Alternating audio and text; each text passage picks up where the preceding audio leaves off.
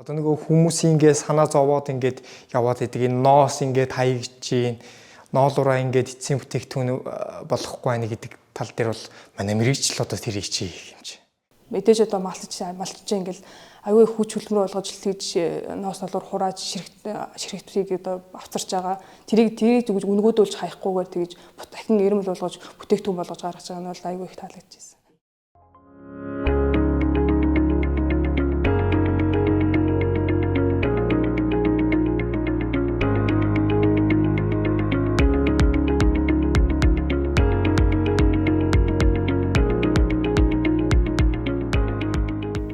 Монгол улсын ноос ноолуурын салбар нь улс орны эдийн засагт олборлох салбарын дараа 2 дугаарт ордог чухал салбар юм а. Алсын хараа 2050 Монгол улсын урт хугацааны хөгжлийн бодлогод хөдөө аж ахуйн салбарыг байгаль дээлтэй, хариуцлагатай, тогтвортой үйлдвэрлэл бүхий эдийн засгийн тэргүүлэх салбар болгон хөгжүүлэхээр заасан. Гэвч түүхийд боловсруулахад мэрэгжилтэй боловсон хүчин ихээхэн дутагдaltaй хамаа. Текстилийн салбарын үйлдвэрүүд яг өнөөдөр 250 гаруй инженер техник ажилтан хэрэгцээтэй ажлын байрны эрэлт их байна. Иймээс нэгдсэн улсны байгууллагын хөгжлийн хөтөлбөрийн Монголын тогтвортой ноолуурын платформ нь Европын холбооны санхүүжилттэй Монгол улсад тогтвортой хөгжлийн зорилготой уялдсан төсвийн төлөвлөлтөөр хөдөлмөр эрхлэлтийн шинжилгээг дэмжих нь төсөл хамтран ноолуурын салбарт ажиллах ирээдүйн боловсон хүчнийг дэмжих зорилгоор тэтгэлэгт хөтөлбөр хэрэгжүүлсэн юм а. Би анх уулын хөдөөс орж ирэхдээ би цагдаа болно гэж орж ирсэн байхгүй. Цагдаа дээр очсон цагдаа намайг тэнцэхгүй арай л болохгүй байна гэж тэгэхээр заадгүй нутаг буцнаа гэж бодоо ижсэн чинь манай салбарын Бадмааны багш гэдэг хүн ийм салбарт хүн хүч ер нь их ирээдүйтэй мэрэгж шүү. Ороод зүгээр нэг юу хагаад тэнцэх нүггүй орж ирээд үзээрэй гэв. Би одоо яг сүлжмөлийн үйлдвэрлэлийн технологи инженер тэгээд дизайнер болж төгснө гэж боддог. Ноос ноолуураар одоо ийм юм хийн гэдэг хүмүүс бол ер нь бол юм оён гэж тийм бодолтой байдаг. Тэр нь ер нь бол тийм биш. Тэгээд ер нь бол хийм технологи сүлжих, эрмэл гэдэг ер нь бол маш олон сонирхолтой хичээлийг үздэг. Миний мөрөдл болохоор программист болох зорилгоор тест орж ирсэн. Сүлжийн программист. Нэхмэлжийн үйлдвэрийн технологийн мэргэжил нь зөвхөн яг нэхмэл гэлтгүүгээр 6 мэргэжлийг сонгон төгсөх боломжтой диплом бичиж шүтээс олон улсад магтлан эзэмлэгдсэн 2хан мэргэжил байдгийг нэг нь манай мэргэжил байгаа. Хөтөлбөрийн магадлалын итгэмжлийн ач холбогдол яаж гардаг вэ гэвэл одоо жишээлбэл манай текстилийн инженерчлэг мэргэжлээр төгсөж байгаа мэргэжилтнүүд зөвхөн Монголдоо одоо ажиллахаас гадна Европын холбооны 27 оронд, Зүүн Европын 12 оронд ТÜТС-ийн текстилийн инженерчлэлийн мэргэжлээр төгссөн дипломоо үзүүлээд ажиллах бүрэн боломжтой. Тэнд хүлээн зөвшөөрөгддөг болсон гэсэн үг. Монгол улс жил бүр 10,000 тонн ноолуур, 37,000 тонн ноос бэлтгэдэгч, ноолуурын 20 орчим хувь нь ноосны 30 орчим хувийг дотоодоо боловсруулдаг. Дийлэнх хэсгийг эцсийн бүтээгдэхүүн болгож чадалгүй, түүхийгээр нь гадаад зах зээлд экспортлж байна. Нэгдсэн улсны байгууллагын байгаль орчны хөтөлбөрөөс гаргасан тайланд текстилийн салбарын түүхийд бэлтгэл, үйлдвэрлэлийн дамжуулга нь байгаль орчинд харилцан адилгүй байдаг талаар дурджээ. Боловсруулах дамжуулгын хэсэгт нөлөөлөл хамгийн өндөр буюу их хэмжээний ус, эрчим хүч ашигладаг. Энэ нь хүлэмжээ хийхээр үүсэхэд нөлөө үзүүлдэг байна. Ноос ноолуурын салбарын тогтвортой байдлыг хангахын тулд байгалийн нөөц, эрчим хүч, химийн бодисыг аль болох зүй зохистой хэрэглэх, хог хаягдлыг ангилж дахин боловсруулах, мал сүргийн тавлаг байдлыг хангах, ажилтнуудаа анхаарах гэд өргөн хүрээх хамарч байдаг цогц ойлголт юм а. Түүхийд бэлтгэхээс бэлэн бүтээгдэхүүн болгох бүхий л үйл явцад байгаль орчин дээдлсэн үйлдвэрлэл явуулна гэсэн үг юм а.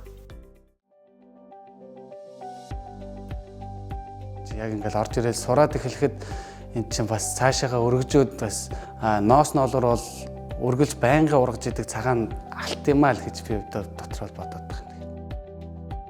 Бусад ингээ улс орнууд ингээд химэл синтетик ширхэгтэр илүү их голчлон ингээ хөгжиж байгаа. Харин манайх болохоор байгалийн галтай ноос ноолуураараа илүү хувийг үйлдвэрлэгч орноор дэлхийн 40% эзэлдэг. Одоо нөгөө хүмүүс ингээ санаа зовоод ингээд яваад идэг энэ ноос ингээд хаягдж гин ноолураа ингээд эцсийн бүтээгдэхүүн болохгүй байна гэдэг тал дээр бол манай мэрэгжил одоо тэрийг чи юм чи. Тийм дадлага ихтэй. Танилцах дадлага болон мэргэжлийн ерөнхий дадлага 1 2, үйлдвэрлэлийн дадлага 1 2 3 гэдэг нь бол маш олон практик талдаа дадлагуудтай. Тэгэд ер нь бол мөн онолтой. Ер нь энэ мэргэжил нь онол практик гэдэг ер нь бол тэнцвэрхэн явдаг. Тэгээ гоо хувьцаат компани дээр үйлдвэрийн дадлага хийхдээ ажлын 21 хоног бараг хийсэн. Тэгээ үргэлжлүүлээд дадлагччаар бүр ажилласан байгаа зуны турш яг нэхмэлийн цэг дээр нь ажилласан. Тэгээд цалинтаагаар ажиллаж байгаа. Тэгээд сурч мэдэх юм маш их байсан. Анхчны хичээл дээр болохоор угаахын талаар тэгээд тэрний бусад нөгөөний ширхтүүдийн бас боловсруулалтын талаар бас үзсэн. Тэрийг яг ингэ бодит практиктэй гарах надад илүү их сонирхолтой байсан. Тэгээ бас илүү их бодит туршлага болж өгсөн. Манай ноос ноолорын салбарын үйлдвэрүүд нь болохоор хүнийхээ төлөө айгүй тийм ажилтаа айгүй анхаардаг биш санагцсан. Тэгээ ажилчдын хатуус, хоол уун, тэгээд одоо 7 хоног болгон тийм витамин өгж тэгэж ажилладаг. Тэгээд ажиллах амрах байртай. Орчин үеийн машин тоног төхөөрөмжтэй ажилтаагаа тав тухтай байлгах үүднээс нь спорт болон эрүүл мэндийн тал дээр нь анхаардаг. Тэгээд ажилтныхаа бас хөгжил дэвшлэлд анхаарч оройн мянгаар сургаж магаддаг тиймэрхүү даваа тал. Манай мэрэгжил дээр бол доктортой байдал гэдэг зүйл бол өөрөө баг манай мэрэгжил юм шиг байна таахгүй. Одоо ноос ноолор одоо буцаагаад байгальдаа шингэсэн ч гэсэн одоо бусад материалууд ч удаан шингэхгүй байгальдаа бүр бордоо болж шингэж явах жишээ тий.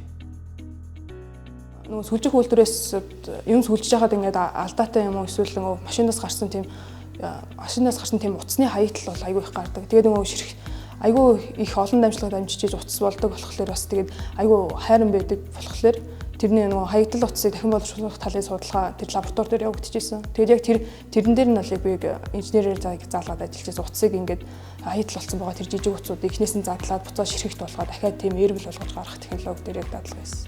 Тэр нь бол надад айгүй тийм бас гоё санагдчихсан. Мэдээж одоо малтж ингээл айгүй хүч хөдөлмөр болгож тэгж ноос ноолоор хурааж ширхэгтийг одоо авчирч байгаа. Тэрийг зүгж үнгүүдүүлж хаяггүйгээр тэгж дахин эрмэл болгож бүтээгдэхүүн болгож гаргаж байгаа нь бол айгүй их таалагдчихсан. Ер нь бол одоо ингээд текстилийн салбар нь ус ер нь бол маш их хэмжээгээр хэрэгэлдэг. Тэгээд ер нь бол ирээдүйд ер нь бол усны хомсдол орно гэсэн ер нь бол батлагдсан судалгаа байдаг. Тэгээд тэрийг болиулахын тулд ер нь бол усаа дахин ашиглах тийм хөгжүүлэлт хийж байгаад ер нь би баяртай байгаа. Хог хаягдлаа дөрвөн төрлөөр ингээ ялгадаг. Тэгээд бүгднийг нь болохоор яг явжтал цаасыг бол цаасаад, хумсыг бол хумсаад, бусдыг бол бусад гэсэн хог хаягдлаар ингээд ялгадаг. Өнгө утаар ялгадаг. Ингээд говьлын ороо шууд баруун тишээ ирэхэл шууд хогийн сав гэдэг. За манай үйлдвэрүүд болохоор орчин үеийн нараар цэмгэлдэг эрчим хүчээ хэмнэсэн тиймэрхүү дэвшилтэй технологиудыг ашиглаж байгаа юм билээ. Тэгээ говьд жишээлх юм бол говьд нь хамбогд компаниуд эрчим хүчээ хэмнэсэн үйлдвэрлэлийг одоо явуулж байгаа. Би одом дамжсан малчин айлх уу? Өвөө эмээ маань малчин, аав ээж маань малчин, Төв аймгийн Лүнс сумд төрж өссөн. Малыг юу яахт нь нөгөө хавар болонгууд нь хорхоо гүйждэг байхгүй гэж дотор нь. Хорхоо гүйхлээр мал турдаг байхгүй. Мал турчаад ноолуур нэг сонин нэг тийм зунгаарлцсан юм нэг бадцсан юм шиг юм ширэлдээд байдаг байхгүй. Мал вакцинд уулзчихлаар туулга өгөөд вакцинчих юм бол нөгөө мал таргалхан дээр сорн бүр ингээд гэлтганаад байдаг байхгүй. Ноолуур нь сумдаа ганцхан эмчтэй. Тэнгүү чин тэднүүс чин нөгөө хотоос нөгөө яг тэдэн айлын тийм малан дээр тэгж ингэж вакцин ивнэ гэл тэнгүү чин айлууд нь тэгээд энд тэндээс очиж гууж аавна. Тэгээд зарим нь олдохгүй ингээд тэгж яах чинь манай текстилийн үйлдвэр нь ингээд шууд вакцинд хамрагдуулаад та нар малчттай илүү тулж харьцдагаараа дэмжлэг тусламж үзүүлдэгээрээ илүү их таалагдаад байгаа. Том тус байлгах бүр асар их том шүү дээ. Өвөл цуд бурхантай жилдээ болохоор нөгөө өвс жоохон татахад нөгөө малчид чинь тэгэл малаа зарна, банкны зээл авах наавн тэгээд тийм үед дээр нөгөө энэ ноос ноолорын хам богд кашмар ч юм уу тийм газруудаас ингээд тусламж орж ирэх нь биднэрт бол илүү их хувь нэмэр оролдог байхгүй. Тансаг зэрэглэлийн брэндүүд бол бүтээгдэхүүнээ утга учиртай байх гэдэг ийм хандлага руу одоо орсон байна. Тэгэхэд бол түүхийн эдийг бэлдэж байгаа одоо энэ процесс нь өөрөө ээлтэй доктортой байх. За доктортой байна гэж юу хэлж байгаа ерөөсөө нэг гурван үндсэн концепт ойлголт байгаа. Байгальд ээлтэй байх, нийгэмд ээлтэй байх, эдийн засагт ээлтэй байх.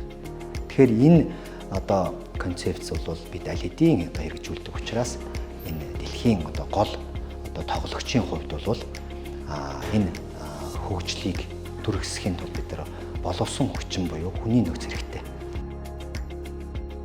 Тэгээд бол манай Монгол угаасаа ер нь бол мал аж ахуй орн болохоор ноос ноолорын маш их нөөцтэй гэж үздэг. Энийг хөгжүүлээд ер нь бол эх орныхоо энэ хөгжилд том нөлөө үзүүлдэг тийм сайн салбарт суралцж байгаа гэж боддог. Тэгээ манай мэрэгчл болохоор нэг амар элсэгчд багтаа ажлын байр нь маш их байгаад байгаа хэрнээ элсэгчд маш багтаа. Манай мэрэгчлч одоо инженер болоод ажиллах ч юм бол ёстой л нэг хүний бүтээж болох бараг л бүх төвшний зүйлийг л бараг бүтээж болохоор л ийм мэрэгчл шүү дээ. Ер нь л бол ноолуурын ширхэгч чинь бас нэлээд үнэтэй тансаг зэрэглэлийн хэрэглээ гэж явдаг болохоор яг нэг тийм дэлхийн тансаг зэрэглэлийн зах зээл дээр ингээд өөрийнхөө тийм нарийн чамин дизайн тэр хувцсуудыг яг ингээд модулуудад өмссөн яг загварын тайсан дээр яг алхаж ийн гэж тийм миний үхийг өмссөн байж ивэл бас тэг гэж боддог л. Текстилийн салбарт суралцж байгаа монгол залуус ч хүн байгаль дээлтэй хариуцлагатай бизнес ирээдүйд эрч хүчээ авах нь тодорхой босныг анзааран ноос ноолорын салбарыг сонгон итгэл төгс ажиллахаар сонголтоо хийж байна.